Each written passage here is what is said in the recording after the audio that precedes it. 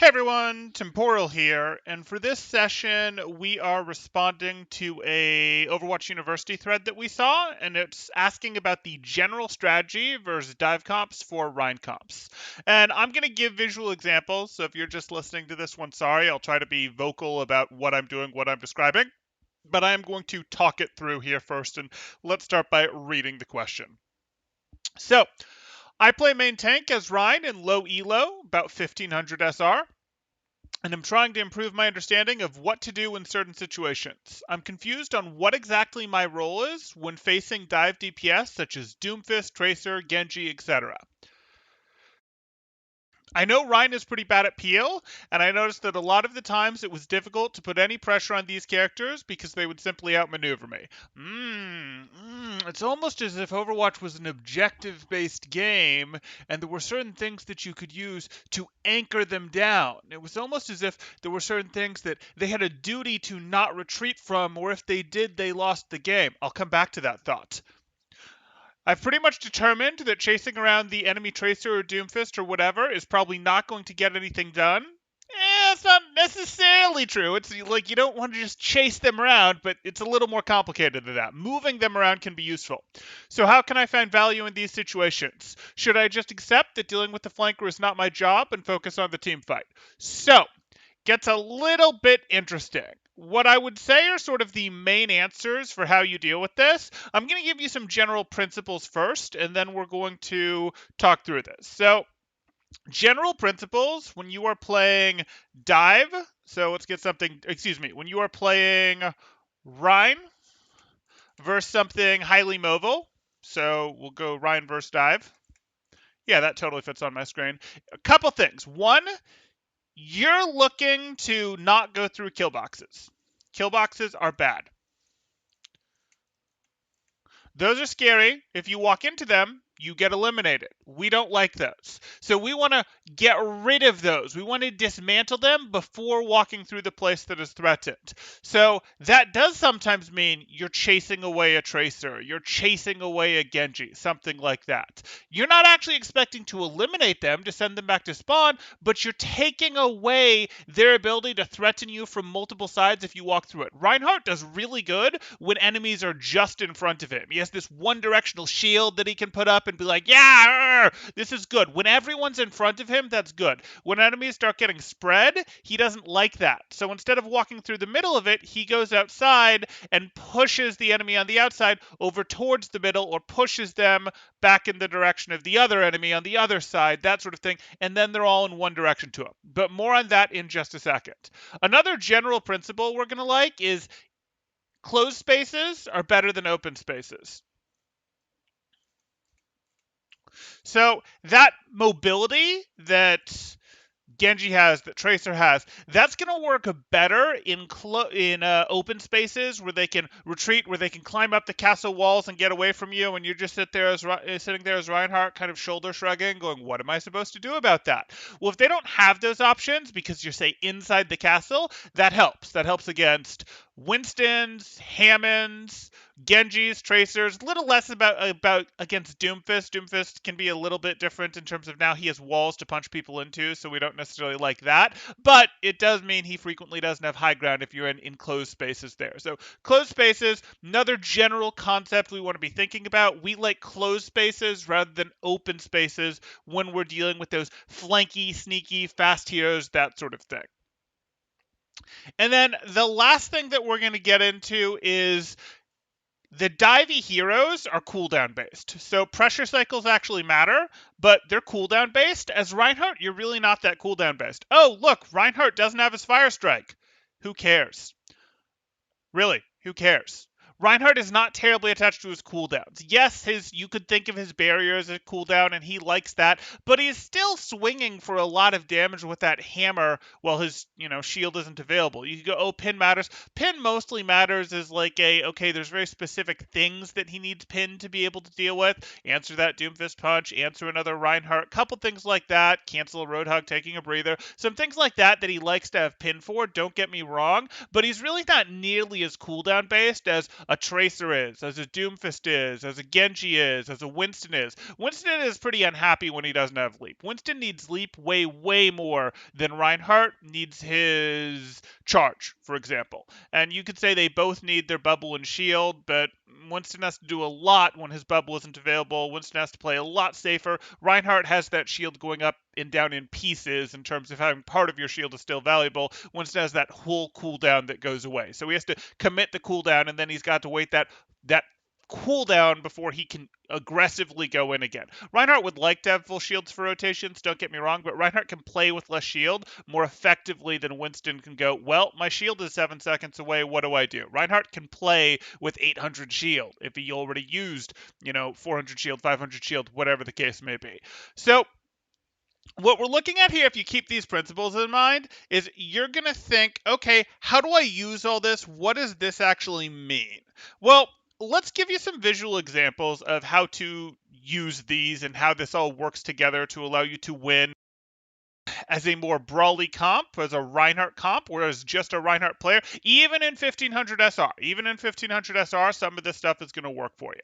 So let's say you're here, you're this blue team, and I haven't given you a great comp. I've given you Junkrat, Ashe, Ana, Lucio with your Reinhardt. This is not an amazing brawl comp, just like this is not an amazing dive comp. I'm giving you intentionally broken comps here because that works. The last place you want to go if you're this blue team right here is in the middle. If you walk through the choke or if you walk through the secondary choke here, either way is going to put you in the middle of the opponents, and they're going to pretty happily all come in and shoot you from the sides, and you're going to be unhappy because, again, you're Reinhardt, you won't know who to swing after. You'll chase Tracer will back out for just a moment or blink to the other side, and then you're ineffective and not doing anything. You're not shielding against the others, you're not swinging at the others. That doesn't work. If you push Ball just kind of rolls over here, Lucio rolls away, and again, now you're sort of not in position, not able to do anything.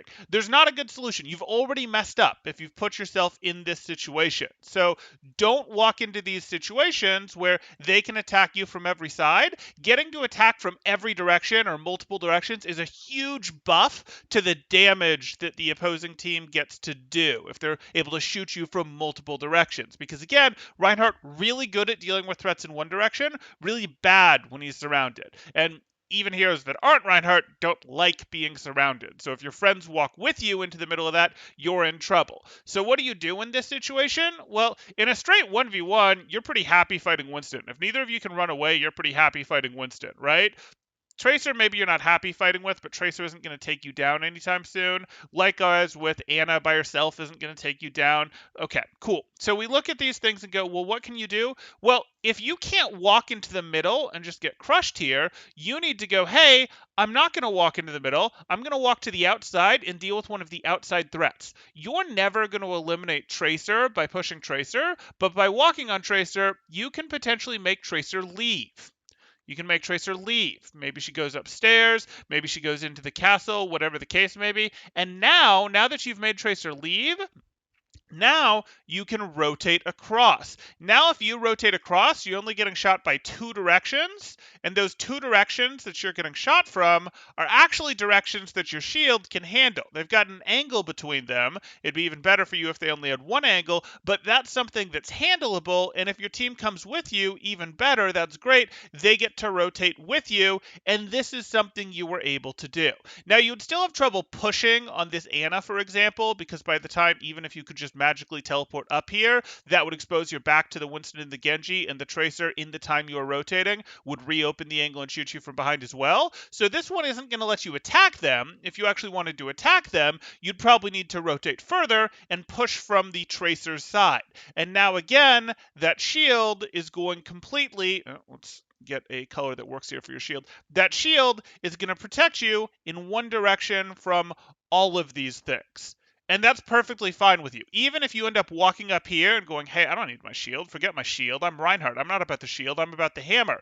That's fine as long as everything's in front of you while you're swinging at this Tracer, who, yes, is going to get away, but her getting away is mostly going to send her back towards your team, which will eventually get you to people who can't get away, like Ana. But even while you're swinging at this Tracer, you can see the Ana because she's just directly behind the Tracer, and you can watch for sleep darts, nades, things that you'd have to block, things like that.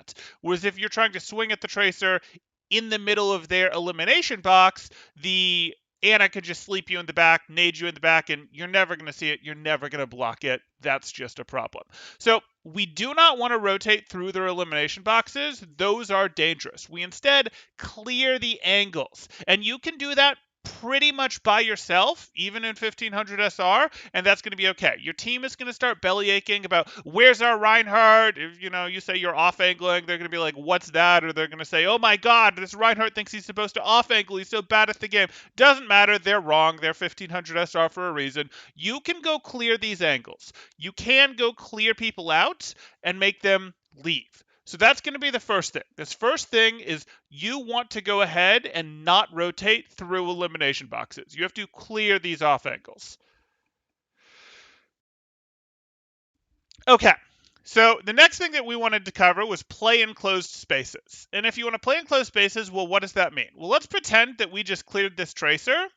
We can play out here, and maybe our team will come with us. And if we play in this courtyard like this, that's okay. But we're sort of just standing here. Eventually, this tracer's going to come back. These guys all have sight lines on us. I don't really like this. Yes, our Ashe, our Junkrat, our Anna, maybe they can shoot back, whatever. But what would be even better for us is if we went into the castle. If we go into the castle, now, them chasing us in probably causes them to funnel through a doorway, which narrows their angles, which is good for us. But even if they don't, even if they approach from different directions and go, aha, we've still got something like this, now they're playing in a place where, A, we've probably limited the number of angles. It's going to be rare that they can actually get 3 angles on you when you're playing in a closed space like this. But the other thing that you run into is if they try to fight you in here, if this Winston and Genji come in, try to actually get cleave, try to use their dash, they're going to have a much harder time getting out. They're in a more contained space. So the closed space makes it harder for them to get away. It makes their agility, their ability to get away from you less. It protects you from them just spamming you out because you have infinite health walls between you and them if they're trying to just poke you, trying to exhaust things like your Reinhardt shield. And when they come in to fight you, it's easier to catch them. Anna is forced, instead of playing up here on this high ground where you can't get her, to come into a place where she can contribute. And if she's in a place where you can contribute, she's anchored to that and you can go punish her because she was forced in by the angles that the closed space create. So closed spaces are good. It's harder for opponents to get away. You have these things that let you basically use them as shields rather than having to use your own shield, so they're a good place to recover energy, recover resources. They force people who are more vulnerable, who couldn't get away from you, closer to you because of those walls, and then you can potentially run them down and actually force the elimination. And ultimately, to actually win in the mid-fight against dive cops, you're generally looking to go, hey, I need to find someone that can't get away from me, and generally you're looking to do that as Reinhardt in the mid-fight, and hey, okay, we're looking for an Anna, we're looking for a Zen, we're looking for a Brig, maybe we're looking for a Sigma, someone that can't get away from us. Oh, Genji got hacked, Genji's a valid target. Hammond got hacked, Hammond is a valid target. I just saw that Winston used Leap to get in, Winston is a valid target. That sort of thing. So that's sort of our second thing here. And we get to now combine these two things. We talked about clearing angles so that you don't have to walk into elimination boxes. And we talked about closed spaces. And the next thing that we're going to run into is, if we look at this, and chat, I will catch up in just another couple minutes here. I'm almost done with the demo. What we run into here is, hey, we can go through, we're going to have to do some level of rotating through open space. There just isn't closed space throughout the whole map. Plus there's an objective, a cart that we have to push, or we have to stop something. We could potentially go, hey, if we need to push this cart, we could go, I'm going to push this cart up to here by going here, just barely leaving my closed space to push it, going back, just barely leaving my closed space to push it, walking across, barely leaving my closed space to push it, and then rotating like that. We could do something like that. That's not going to happen on ladder. I'm not too worried about that. What I am actually worried about, though, is you can rotate across an open space like this here. These guys will try to fight you, but you need to not stay in the open. You need to get to the closed space. And these guys will have used their resources, their cooldowns, to try to fight you. They will have used their pile drives, their swings, their Winston jumps, their bubbles, their Genji dashes, their blinks to try to fight you. And if you just hurry right on through and quickly get to another closed space, now they don't have cooldowns. They just used a bunch of cooldowns to try to fight you, and they can't really, even if you had to use your cooldowns too, even if you used your amp, even if you used your Annonade, even if you used up a bunch of Reinhardt, Shield, Diva Matrix, whatever, now that you're in this closed space, they know that they don't really want to fight you, and even if they didn't use cooldowns, even if they just free dropped on you and they have their cooldowns, they're a lot less likely to be willing to come fight you in here because this closed space is making up for the cooldown difference. So that's the thing you really do want to understand. Dive is weak when it does not have, and dive heroes are weak when they do not have their cooldowns. You actually fight better without your cooldowns than they do, so you want to abuse their pressure cycles. And that can mean a couple things. That can mean, hey, I'm going to rotate through open space quickly to closed space, and that's fine. That can also mean I'm going to pretend to rotate in, back out. That's going to trigger their dive, and then I'm going to rotate into them, and they now don't have cooldowns, or they now don't have positioning, and I'm going to just run them over because they don't have their tools anymore. But if you can find situations, if you can force fights when they are missing cooldowns, you're perfectly happy to take fights when dive is missing cooldowns, as long as it doesn't have a ton of distance between you and it, even if you're also missing cooldowns. So again, if dive chases you into your closed space when neither of you have cooldowns, you do not run from that fight. You invite that fight. You happily take that fight. That is how that works, because they need to combine enough damage. Like, okay, we'll get the Tracer damage with the Pile Drive, with the Winston Leap, with the Genji Dash to make this work. That's why dives like their Zenyatta's so much, because they are low damage, and they need that help to hit breakpoints, and Discord is really, really helpful for that. So what you're looking to do is punish them when they're missing cooldowns. Punish their lack of cooldowns. Take fights when they don't have them.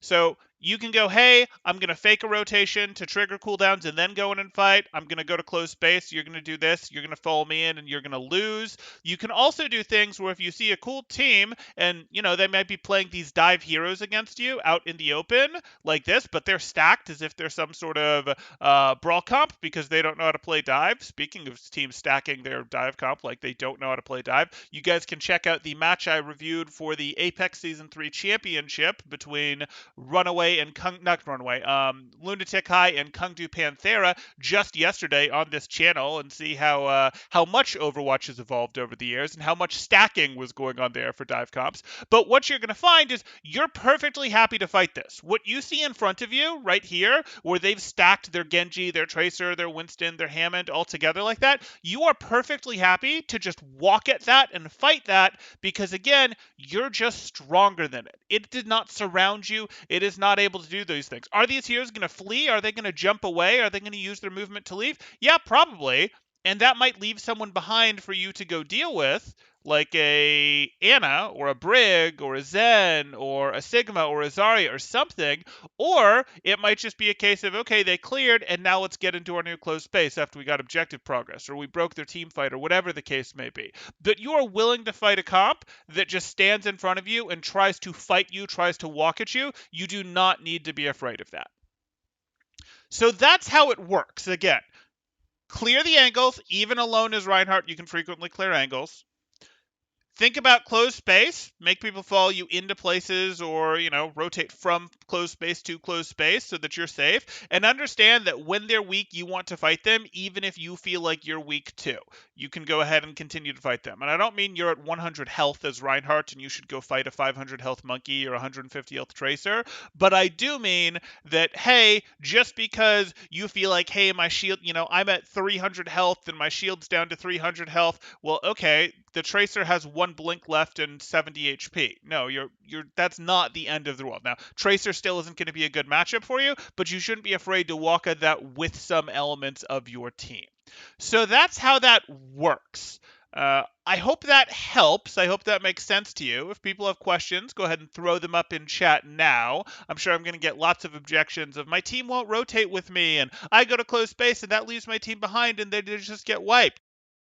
That's fine. We'll talk about those. But let's catch up on chat now, see how people are doing. So, Magdalena says, don't play Reinhardt. Sure. Dive or not, just don't play Reinhardt. I mean, I understand what you're saying. He's not the best hero right now, definitely. Hammond is a better hero, but some people are going to want to play Reinhardt. Some people have no aim and are going to want to play a no aim hero on their way into Overwatch, things like that. Um, I'm generally not going to tell people just don't play a hero. That's not generally my methodology.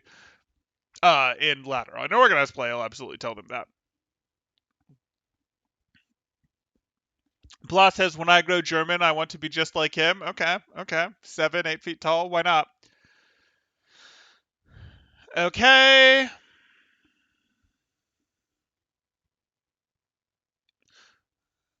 Fine.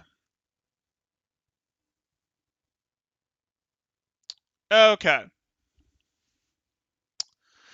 Levy says, my choices usually are try and hold front while my backline gets eliminated in Nano Monkey Primal, or turn around and back up and get overrun. So try to hold the front is generally the better answer there. If you're in a situation where, I know it sucks, but if you're in a situation where, say, you're holding a choke and they jump a Nano Monkey over you, to go fight your backline, generally you're better off going, I'm going to stop additional help from coming in rather than go back and try to deal with that. Now, if everyone gets past you, okay, it might make sense to go back and deal with them, but generally the right answer is going to be, hey, I'm going to stop additional people from getting in. I'm going to stop the Zarya from contributing. I'm going to stop the Anna from contributing, that sort of thing. Or, oh, Anna got too close, I'm going to walk on her and trade her out, that sort of thing, as opposed to turning around and trying to go back here. If a ton of people get past you, that can change things. If you want to turn around and shatter a primaling monkey, a nanoing monkey, a nanoblading Genji, that's absolutely valid. And yes, you can also go for the hero play of I'm going to catch them with the pin because I can read them, I can see where they're going to be. But that shouldn't be automatic that that's what you go for. That's a bit of a Hail Mary or a hey, I've got you red. Your default strategy is to keep more of them out and accept that, hey, my team has to be able to handle a Nanoblade 1v5. They have to be able to do it, and if they can't, I wasn't going to be able to save the fight. Because while sometimes they're not going to handle that Nanoblade 1v5, and sometimes when you turn around, you are going to pin that Nanoblade and Genji. Most of the time, you're not going to pin that Nanoblade and Genji. And most of the time, your team is going to do okay at handling that Nanoblade. I'm not saying it's not going to get any eliminations, but again, it's better than you forcing yourself out of position and your team getting walked on by the rest of them. Enforcing the choke is generally better. Speaking of which, if teams do dive past you in mass, generally what you want to do if they dive past you in mass is generally going to be, if you do want to, if there's no point in holding more people out, you back yourself and your team up until you have everyone in front of you again on the enemy team, and then you push back forward into them. So ideally it would be, hey, like your Lucio uses speed aura in response to them diving you, you and your whole team back up, you get to the point where all the enemies are in front of you again, and then you press forward, and then you press W and M1, and you go forward and swing. And again, they've used those cooldowns. They've used those cooldowns. They're weak, so you walk into them even though, yes, it's scary. Yes, my team got cleaved a little. Yes, my supports are half health because they got zapped by Winston, things like that. You still go, hey, back out and push back into them. Ryan almost never needs his charge. Yeah, yeah. Charge is much more valuable for its psychic damage to other players than its physical damage. It has some physical damage uses. Ryan is very vulnerable during charge. Okay. Charge, well, it's also useful for coming back from spawn. Yes, agreed. Okay. Couple people talking about learning German. Rule 1, leave voice chat. Good rule.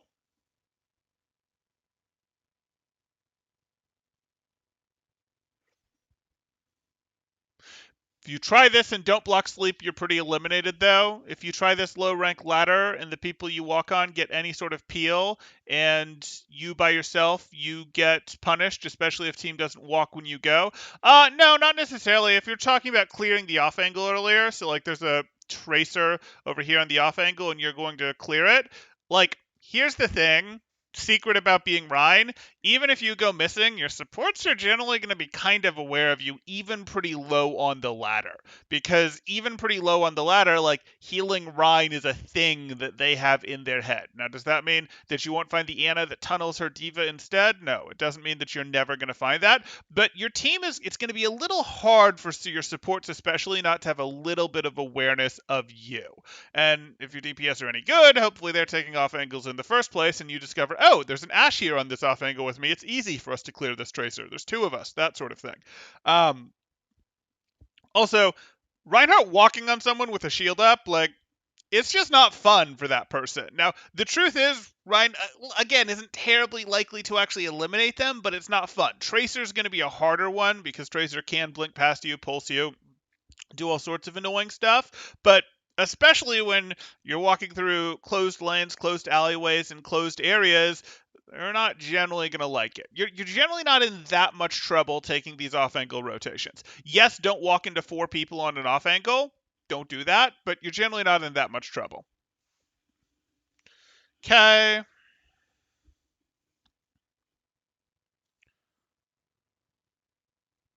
Are some heroes not available in this program, or how come Blue Team is running Ashiana? Because I intentionally wanted this to simulate ladder. I very frequently run these with perfect or near perfect or meta compositions. It would have been very normal for me to pull this out with a Lucio plus Bap plus Reinhardt plus Diva plus Mei, and then either a Cassidy or a Hanzo. That would have been very normal for me, and I would have used a very much better dive comp as well. I'd have used probably a Tracer, Sombra, Ball, and then for this I'd have probably gone with Diva, Brig, Zen. But I intentionally didn't do that because I'm responding to a 1500 SR player, and I want to not be emphasizing the coordination and not be emphasizing the perfect, the perfection type thing. I wanted to show this sort of messy. It absolutely works, and I usually choose to go the other way and do it in with the perfect heroes and then go, okay, and obviously this works at lower levels too, but sometimes, change things up a bit.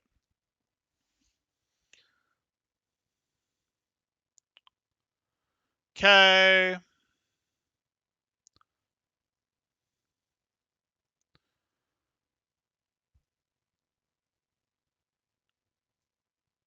Blah says I should play Ryan and get Temporal to review it. He'll probably give up on the review. Probably not. Probably not. You might see me in my hands a few times, but I probably won't give up on the review. Not playing Ryan isn't an option. There you go. There you go.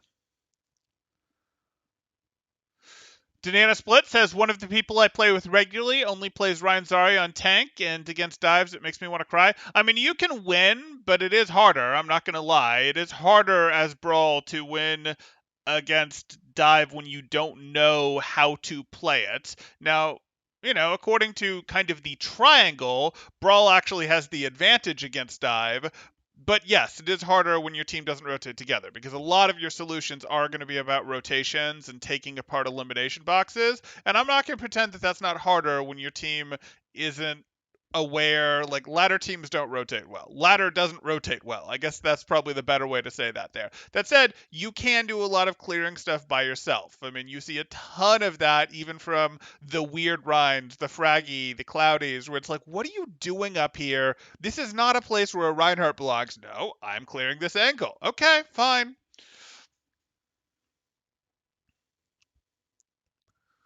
Ryan is literally free elo glitch up until GM. He has huge value as long as you don't just run it down mid. I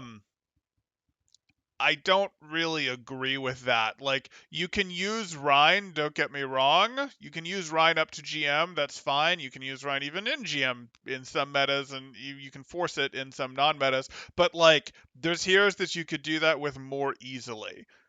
I wouldn't look at Ryan and be like, oh, no one knows how to handle Reinhardt on the other team, or your team is just so much better when they have a Reinhardt. Like, that might be true through gold, where your team, the anti-tilt value that your Reinhardt brings is sort of like, hey, there's some level of free elo here because your team has that warm security blanket and they like it and therefore they play better, not because Reinhardt is actually enabling them to play better, but because they have this mental security blanket that they're not actually going to use the Reinhardt in any way, and it makes them play better, but it's not like actually that doesn't really last. People are perfectly comfortable most of the time, once you get into Masters Diamond, like with non-Rhine tank compositions, you're going to see some levels of, oh, can we get a Reinhardt? Can we get a shield tank? Can they really mean Reinhardt at lower points of the ladder?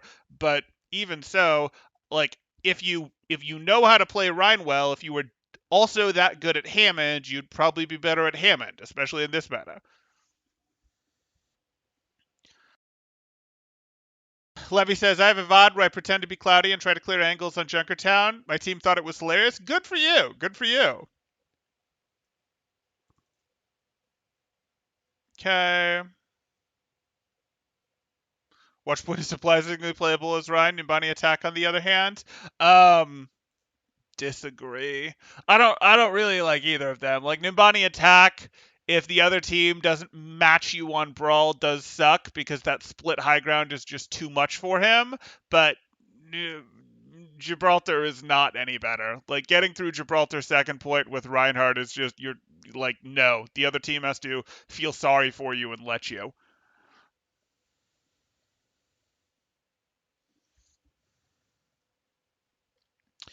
Okay, if Ryan is wedded to the idea of going top left versus a Junkrat and Fair just going down spamming damage into that hallway, yeah, that's not going to work well. You can one trick pony anything in GM. I'm sure you can one trick pony Ryan too. Oh, it's been done many times.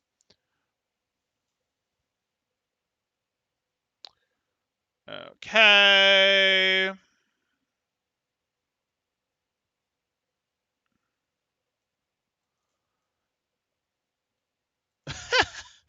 uh, Magdalena responds with, I don't adjust because Zen is literally a free elo glitch up until GM. He has a huge value as long as you don't just run it down bad. Well, okay, that's funny to turn that phrase like that with Zen, but yeah, that's probably more true with Zen right now than Rhine. But again, you have to be able to play Zen, but you also have to be able to play Rhine, but you also have to be able to play Hammond. Like, yeah. Okay. Cool. That's fine.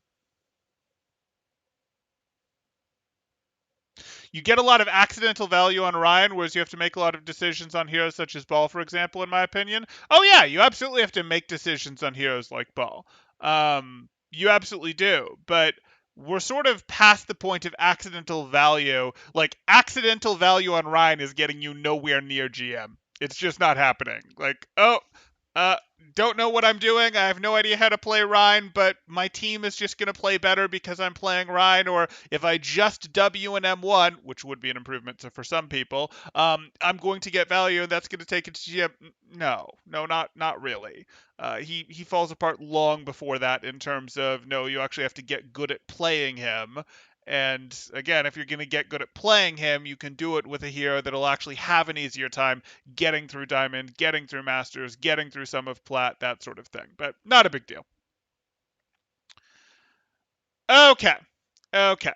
That's gonna well actually no. Let's hop back to the uni post here. So we have another response here. Let's see how they did on Reddit with their answers. So against flankers, you are 100% right. Fighting flankers is almost never your job unless they run into your face. The key to Rhine is noticing you are getting flanked and then chilling out. Chilling out isn't exactly the answer. What does chilling out mean? Does chilling out mean changing your positioning until they don't have an off angle on you anymore? What does it mean? Optimally, what you want to do is deal with a flanker and then push the enemy. That's better. Yep. So if you haven't already committed, then you just sit there with your shield up and block the enemy healers from supporting their flankers. They mean their flankers. That's okay, yeah. You might also want to back out or kite the enemy if they start trying to force a fight. Sure, sure. You can intentionally bait. You can rotate into an open space. You can go, hey, this is an open space. We rotate into it to trigger the dive. We back, that sort of thing. That can be quite powerful, as well as going, hey, I don't like this fight, whatever. Let's back. Let's go for a new refresh, that sort of thing, because you guys can set up a bit faster than they can. Uh-huh. If you're already committed, then it's about limiting the resources your team needs to sustain the push so they can deal with the flankers. Which really means, yeah, keeping the opposing opponents out or occasionally going for the opponent's backline yourself if they get too greedy and get into a bit of a base race trade type situation like Dive v Dive might. because you can do it. You can walk on their back line, especially if you have a little bit of help or got a little bit of help, and walk on someone and keep them from doing value. Oh, there's a break here. Let's deal with it. That sort of thing. But most often, you're going to keep people out in those situations. So you might want to shield or back up a second until your team push has successfully dealt with the flank, i.e. try to avoid a situation where your healers need to work their butts off, keeping you up while also dealing with a Genji. Exactly. You don't want to go pick a fight with people that weren't contributing to the fight. You can absolutely go, hey, I need to fight these people because otherwise they're going to contribute to taking down my Ana with the flankers that are already on my Ana. But a general rule of Overwatch, and you'll see this in Rein comps, you'll see this in dive comps, is you don't want to pick fights when your team is fighting. You want to pick fights with groups or people that are already fighting your team. You do not want to go fight someone who didn't have an effective sightline for impacting the fight with with your group that's already under pressure. Okay. Otherwise, again, you're just now allowing yourself to take damage when before those people weren't relevant. Alternatively, you can press W into them if you have a strong enough advantage like ultimates or picks. Sure. Flanking is all about attention. Your team has X amount of attention. If they have to spend X amount of attention on helping you press W into the enemy team, then they are either not going to be able to give the flanker the attention they need, or they are not going to give you the attention you need. Either way, people get eliminated, so help out your team by allowing your team to focus on one thing. The flanker is trying to divert your team's attention, don't let them. I mean, yeah, they're trying to divert your attention, but if you don't respect them as they get good enough, they will eliminate members of your team. So it's not like you can't just be like, nope, I refuse to look. I know that Genji is throwing shurikens into the back of my head. I refuse to look. Like, no, you do need to appropriately adjust. It might be Rhine Shield in one direction, Defense Matrix in another. It might be, oh, we have to use Lamp in the open to finish our rotation into a closed space. But sure. It's assuming the flanker is engaged. If they aren't, then ignore them or walk up to the enemy in a way that the flanker can't flank you easily. Right. Force fights where other aspects of their team can't yet contribute. That's what you want to do. This might be taking the high ground, for example, so the flanker can't use that as a way to jump your support. Sure. We'll read the follow-up here. Against a full dive team, what you do is kind of dependent. If you are against an Ana Winston and they jump past you and onto you or past your supports, then it's often better blocking heals. A Winston gets blown up really quickly against a brawl composition if they don't get Ana heals, and also turning your back gives a really easy Ana nade opportunity to the enemy. Or sleep, but yeah. If the enemy in front of you, if they jump in front of you, then just do your usual swingy thing. Sure. Against Hammond comps, they want to burst you down really quickly, so often it's a case of shielding when he comes in and try and survive his initial engagements. That depends. I mean, if we're talking a Hammond dive comp, I don't know that I fully agree with that. Like, Hammond comes in pretty hard, but his whole team doesn't necessarily need to. It can be a soft dive for him. I don't know that I necessarily fully agree with that. And he can also be paired up with poke comps, which gives his team a much more of a long fight, where he might go in hard because he's trying to pile drive someone up above your shield, knock someone out from behind, whatever, to allow his Ashe to get pickoffs, to allow his Hanzo, his Zen to get pickoffs. So, like, I don't know about just sustaining through that, but okay. Against dive, shielding is often theoretically a good shout. In organized play, run comps usually want to try to outlive the initial dive from dive compositions. In low elo, however, dive is so effective at diverting attention and peel can be lacking, so it's very frustrating to play against. Okay. I'm not seeing the difference that you're getting into here yet. Because of this, if your healers are dying all the time, it can be better to try and go aggressive and be proactive rather than reactive. This just limits the opportunities for enemies to get picks. Oh, but one of the ways, like, you can aggressively rotate. Again, rotations are your key. It's not, I'm going to walk into the enemy's elimination box, enemy here, enemy here, enemy here, and I'm going to get aggressive and walk here to go do this. No, rotate aggressively on this. Rotate aggressively on this. Now, if they stack again with everyone right here, here, here, yeah, absolutely, walk on them. You're stronger than them and just walk on them and make them scatter. Sure. This was a reasonably good response overall, though. I don't dislike what I'm seeing here from Sebro. It's a lot more.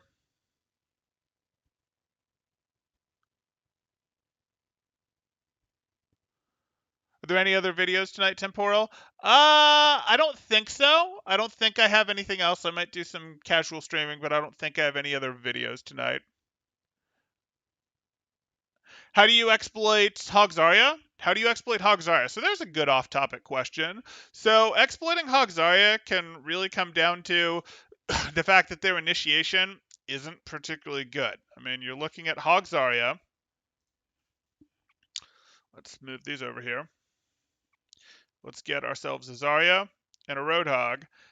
These heroes aren't particularly good. Like, they've got a little bit of, like, I can bubble the Roadhog when he goes to hook something, but Zarya would like to take an off angle to do work, and if Zarya's taking an off angle to do work, Zarya's going to have trouble in a lot of situations bubbling that hog. It's really not that amazing. They're also super tied to their cooldown cycle in terms of, hey, when does value come out? So generally what's going to happen is you're going to go, it's obviously going to depend a little bit on what meta you're playing in, that sort of thing.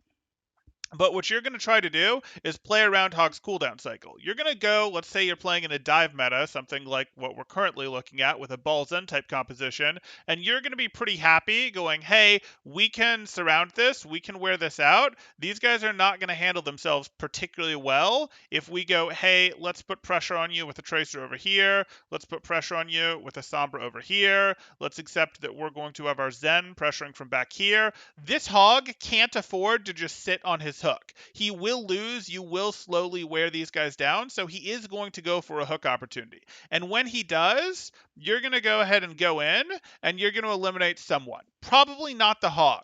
You're probably going to go, hey, let's eliminate your Brig. Let's eliminate your Zen. Let's eliminate your Anna. Something like that. Because Hog is a little bit of bait. But you go, hey, we're going to put pressure on you because we can take better angles than you, better map control than you, because you're Hog Zarya, your map control sucks, we're going to use that to actually increase the amount or the threat of our poke. So even though we're a bad poke comp, we have Tracer and Sombra, for example, it increases the value of our poke because we can take angles because your map control sucks, and we're able to make you have to go fishing, and you will go fishing. If you don't, we're literally just going to charge an EMP, fine, whatever.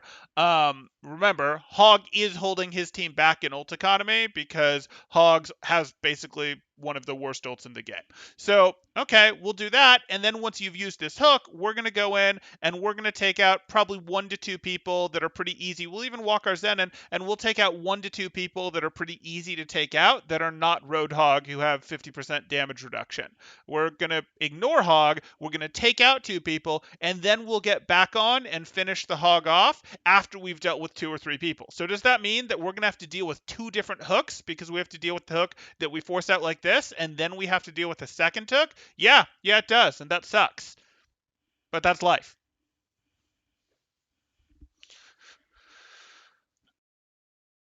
Hope that makes sense, Zando. I did this with a dive comp. There's other ways you can do this. If we did this with a poke comp, obviously, we'd be pretty happy to go. Again, we outpoke you pretty hard. You guys don't have any sort of sustain. You don't really have any way to keep angles open. Your Zarya is just getting crushed by the fact that if I take these off the board and give us more of a poke comp, let's get something like a Echo, that's fine. So we've got a Zen and an Echo now, and maybe we've also got a Hanzo. I don't really care. This Zarya is worthless. Zarya is worthless against this. She can try to bubble some stickies, but she's just going to effectively be like, I can't do anything about this poke comp. I'm just absolutely getting destroyed. Hog has some value while fighting poke because he's got pick-off power himself, but Zarya herself is just so worthless that if you go, hey, we're going to do this, we can plop down an Orisa shield, or we can go through you with a ball to knock someone out to create an opening to eliminate them, or we can drop this Orisa shield and have moments to where we can relatively safely open the angle for a couple seconds and shoot at you, this Zarya is just a liability and will get destroyed. Because again, they can't effectively use their bubble for themselves to get charged. Zarya always struggles against poke. let me know if you have more questions, Ando. I gave you a couple different examples of how to fight it. If you were running into it with a brawl, again, it can't really hold off angles terribly well. You can walk on it with your Reinhardt Lucio, and you can win. Unless Hog is hugely overtuned, you can mostly just win, especially because Zarya is not highly tuned right now. She's kind of weak in terms of her energy maintenance compared to previous versions of Zarya that have existed, in terms of constantly being high energy, staying high energy, that sort of thing. So you can mostly just walk on them and fight them. Again, clear the off angle, but Zarya Hog suck at map control. Mm-hmm.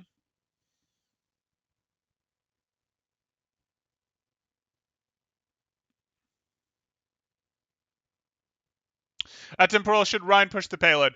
Very, very rarely. What's effectively going to happen there, and again, I've linked to most of you my phases of the cleanup fight video, and what you're looking at there is your Reinhardt is generally going to be at the front of the fight when you win the team fight, which is generally going to mean that he's going to be one of the people that pushes forward to stagger because he's already forward, and you're not going to have him go back anything like that. Then when you get to a later phase of the between team fight setup, he's going to help a little bit in the sort of pre-poke phase where, hey, he's at least got that shield to offer. It's not amazing. It's not as good as having like a Bap or a Zen up there, but you can't very well organize the swap between them because Bap and Zen would be slow to swap places with him.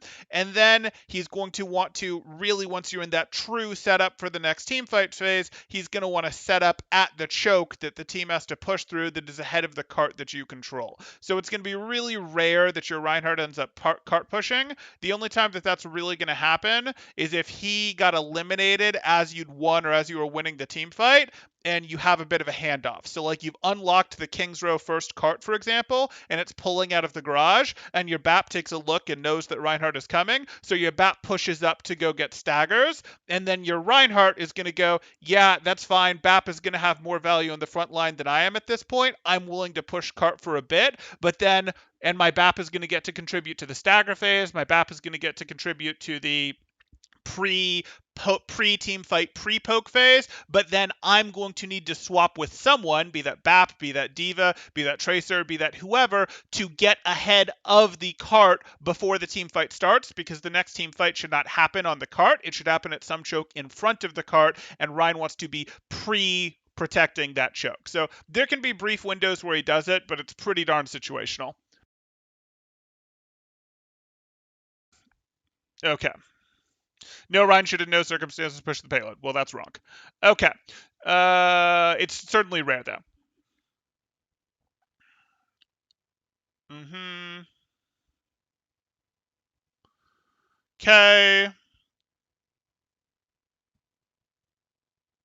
There we go.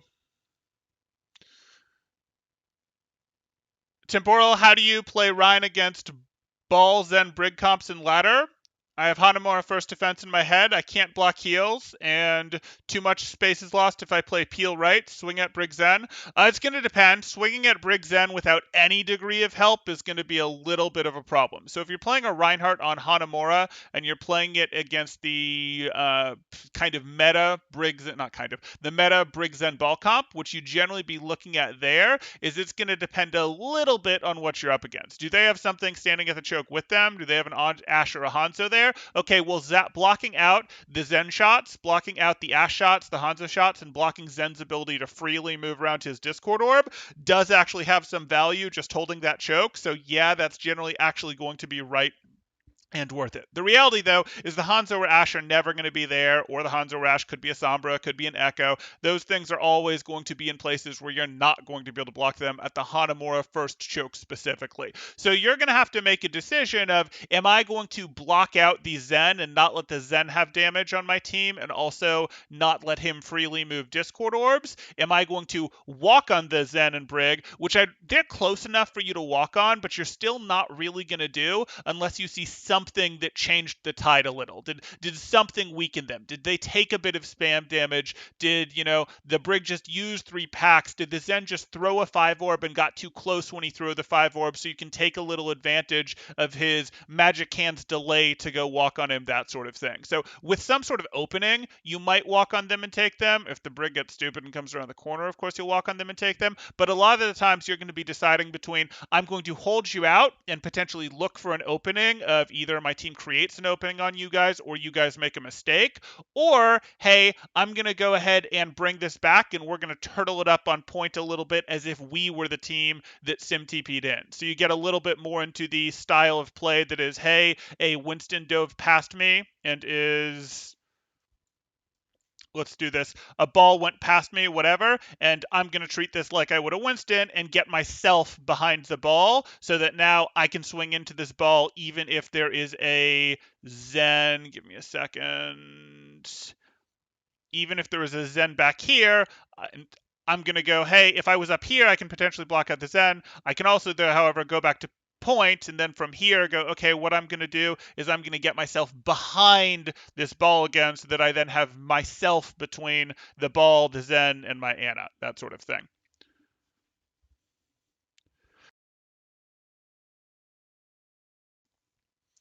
Okay.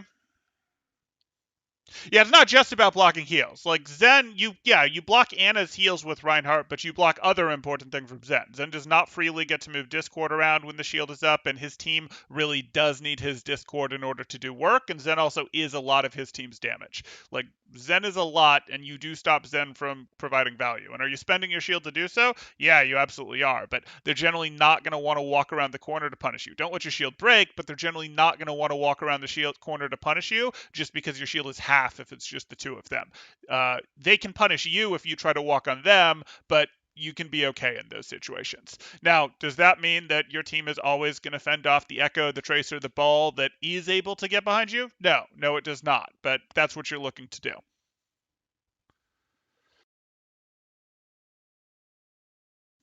First opportunity was to look for opportunities to on gate, but Brig Zen is really stressful to play against. Yeah, no, they absolutely are. Zen does a lot of damage and makes things go down surprisingly quickly. I totally understand. Okay. That puts us at about an hour. Add May to the mix. Adding May to the mix means your Ryan can just walk on those. If your May can throw up a wall behind the Zen, for example, so that the Zen has no ability to kite, you just take them, and your May will add any damage, all those sorts of things. Okay. That's going to do it, I think. If you guys are enjoying the content, please do drop a like. Consider subscribing if you haven't already done so. If you'd like to get coaching yourself, you can join my Discord in the description below. See what my rates look like, see what sort of promos, special events we have going on, all that good stuff. You can react to become a watcher, see when I'm responding to Reddit threads, giving visual examples like this, see when I'm reviewing games from 2017, see when I'm doing professional level reviews, see when I'm covering the collegiate scene, see where we're talking more general news type stuff, Ask Temporal stuff. We're all over the place in what we do here, so you can join that Discord, react to become a watcher, and see if the topics interest you. You'll get pings, you can see I care about that video, I don't care about that video, all that good stuff. And then another reminder here, I will be raising my coaching rates in the new year, so if you guys want to lock in rates by getting a bundle of sessions, getting a session now before the new year, that isn't a bad idea. Rates will be going up. I'm not going to say what they're going to go up to at this point, but they will be going up. So consider locking those in if coaching sessions are something you want to get. Okay, I'll talk.